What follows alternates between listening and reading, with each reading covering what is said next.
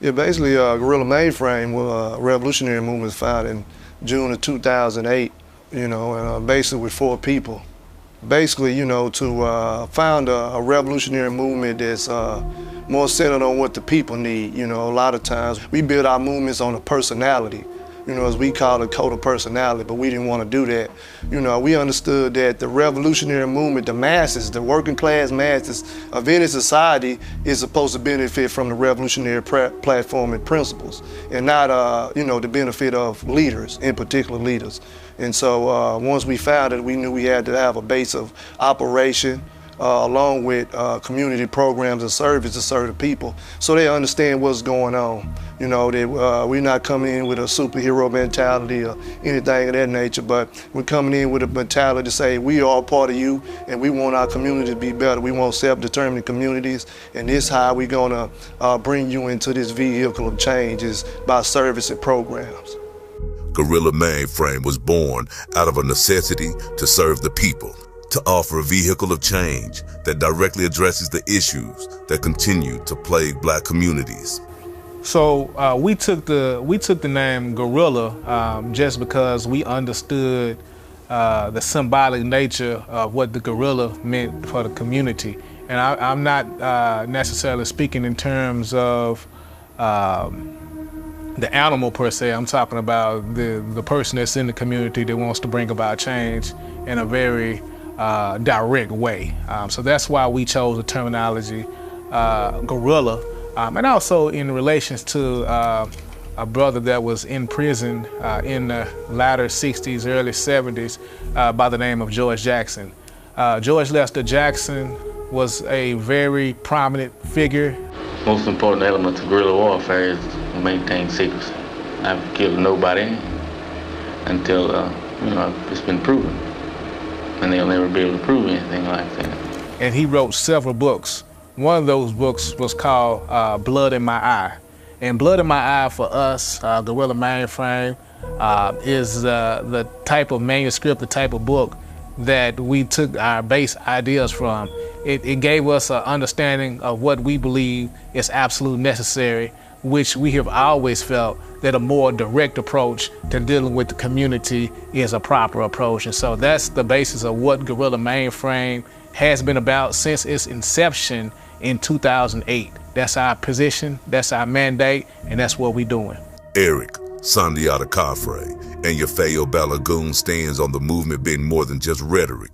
It's about action, providing armed patrol throughout the Highland Hills area of Dallas, Texas.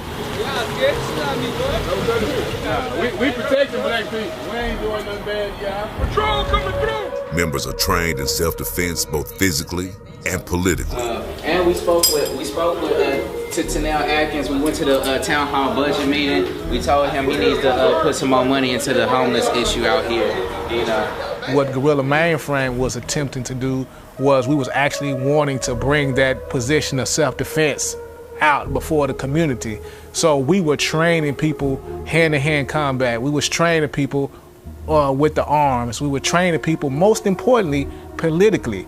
We were taught by an individual by the name of Bandeli Tayumba, who is the founder of Pan-African Connection, along with his wife, Akwete Tayumba. We were early students of Bandeli. And so not only you match that with the self-defense, with the ideas, Contact! and then you got a situation that becomes volatile. And this volatility wasn't just about the tactics. It was about the threat the movement posed to those in power. The FBI took notice, and soon another key figure within Guerrilla Mainframe, Rakem Balogun, found himself at the center of a national controversy. The fact that I was on social media, not empathizing with police officers who have been killed while in duty, and also due to a protest I did in Austin. Pretty much that as a whole, that makes me a threat to the community. Right now, he's in prison for other charges, one being assault with a deadly weapon. But previously, before that, he was one of the first, if not the first, person to be labeled with the actual face on it as a Black identity extremist. Ready.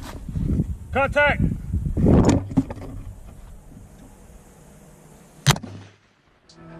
Rakem's military background and his dedication to teaching self-defense and political education laid the foundation for Guerrilla Mainframe, a movement that quickly garnered both fear and respect.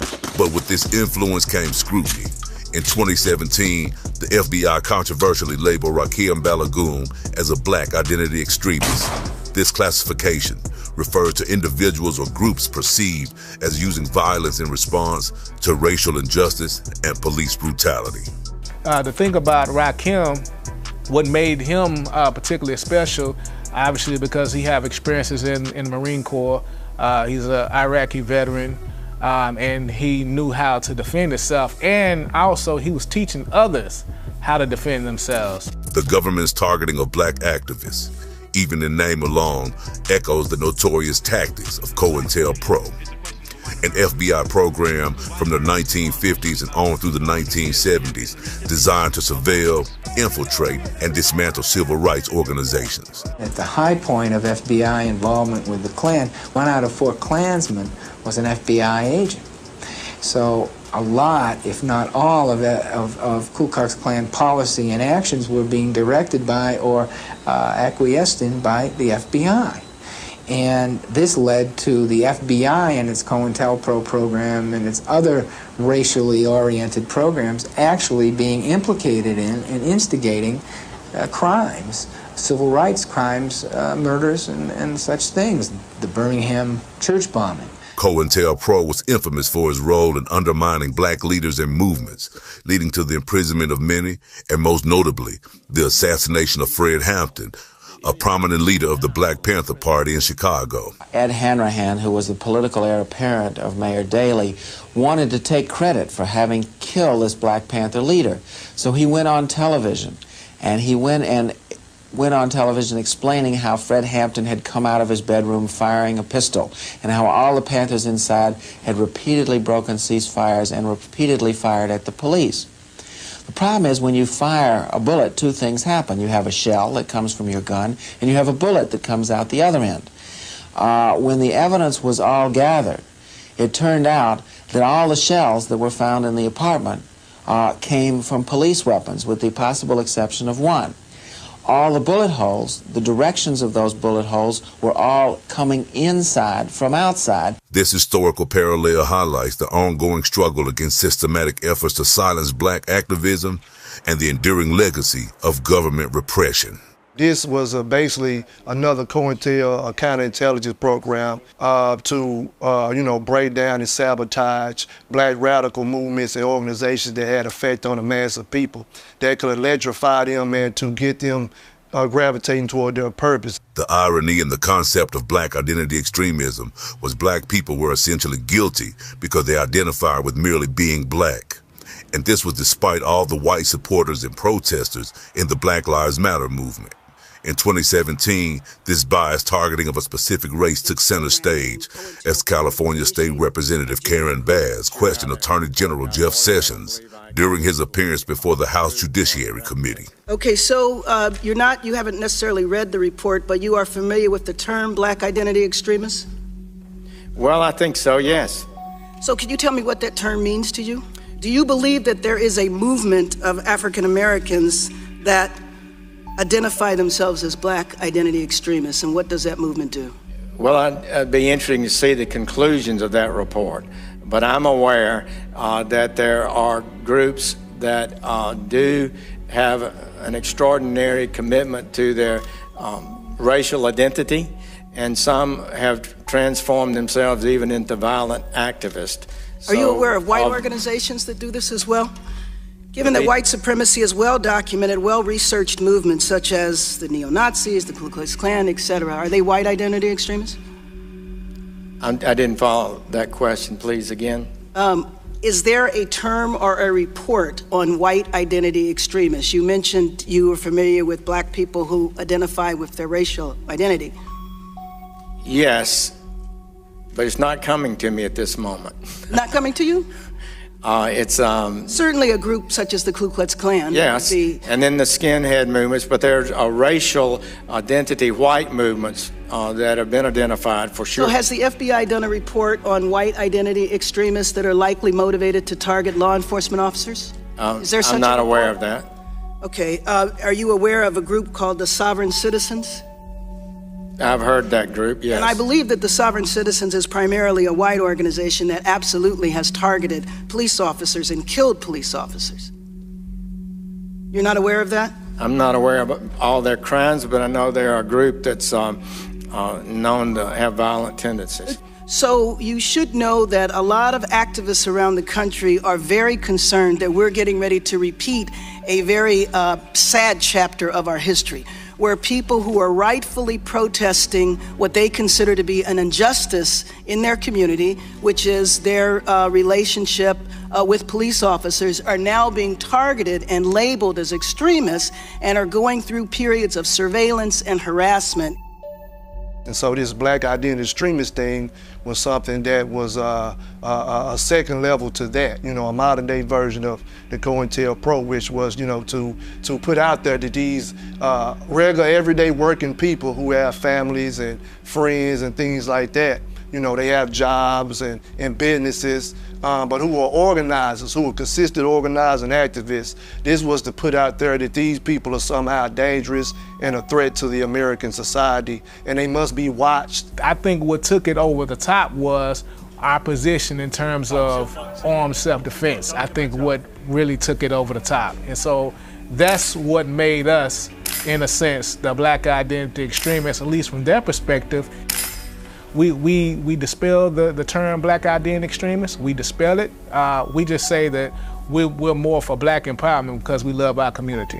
While several politicians have all cited how unfair it is, or how they can't just pass legislation to benefit one race, this appeared to be a clear contradiction. Listen, the reality also is this. Any policy that will benefit black people will benefit all of society.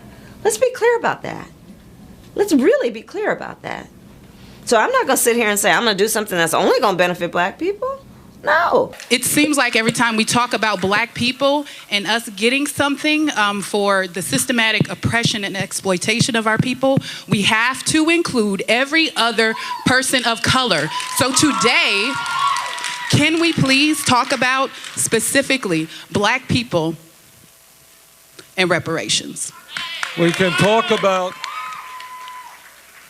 what I just indicated, in my view, is that when you have, and you and I may have a disagreement on this, because it's not just black, it is Latino. There are areas in America, in poor rural areas, where it's whites. Senator Obama, your position on reparations? I think the reparations we need right here in South Carolina is investment, for example, in our schools. Do you, like many of those 2020 candidates, they have not thrown their full support behind reparations. They are throwing their support behind a bill that would study and consider reparations. Do you support that? I don't. The subject of reparations is 100 years too old from my perspective. I think black people in this country, in the United States of America, and particularly really the world, but specifically America, has been fighting for our identity. And I think one of the best ways that we've done that is we look at our phenotype and we can see that naturally we are a beautiful people. And once we identify ourselves or our natural way, our holistic way, I think that there are powers to be within this country look at us as the enemy. Their whole entire objective, I'm speaking of America, specifically European Americans, have desired to institutionalize black people and make us forget whom we were. And so anytime that there is a type of movement that rationalize and make us remember that our ancestors come from a continent, or that our ancestors predate the experiences from European and have a history outside of that, that becomes something that they find to be challenging. The entire black identity extremist movement, or ideal or terminology, could have been anyone in particular, because all of us, or a number of people, fight for that, the black experience, the black independence, the black self-determination. Anybody that stands for that, they tend to categorize in such a way. We're gonna keep boots on the ground. And with Rakem Balogun back behind bars and the organization under constant scrutiny, Guerrilla Mainframe now faces the challenge of maintaining momentum in the face of adversity. The negative press and the weight of being labeled as extremists have taken a toll on the group as they grapple with the reality of operating under the shadow of surveillance and legal pressure. You know, it does lower the morale a little bit when you see this happen. It kind of, you know, some people back off and not as active. But on the other side of that, you have people that step up. You know what I'm saying? People step up to say, yeah, they backed off, but I'm here. Despite the hurdles, Guerrilla Mainframe refuses to slow down. They continue to sprint forward, extending their reach beyond Texas. With a renewed focus on resisting police militarization, they've now joined forces with Community Movement Builders, another black organization that fosters community building and control. And Community Movement Builders is primarily based out of Atlanta, Georgia, and we have a number of different chapters and charters around the country. And one of our principal things to do is working on the agenda of stopping Cop City. And Cop City is the police agenda or response since the George Floyd rebellions, if you will, in 2020, which basically means that police are building state-of-the-art facilities in several parts of the country. So that's one thing that Community Movement Builders, again, which I'm a coordinator of, and this is a nonprofit that we're working with, is all about. I mean, it feels good to be able to have a direct action for the community, not to just be talking about something, to be actually to give them something to help. Recognizing the devastating impact of the fentanyl crisis, which is somewhat overlooked in black and brown communities, the organization has adapted its mission to meet the community's needs by offering Narcan. We decided to do fentanyl especially because there's a lot of young people out there that are, especially black and brown, that are dying from fentanyl every day. And it was really personal to me because I had a cousin who died and overdosed off of fentanyl. And Narcan is something that can help reverse an overdose of that, and a lot of people don't know about it. This shift underscores the organization's commitment to protecting their community, not just through self-defense, but by addressing public health emergencies head-on.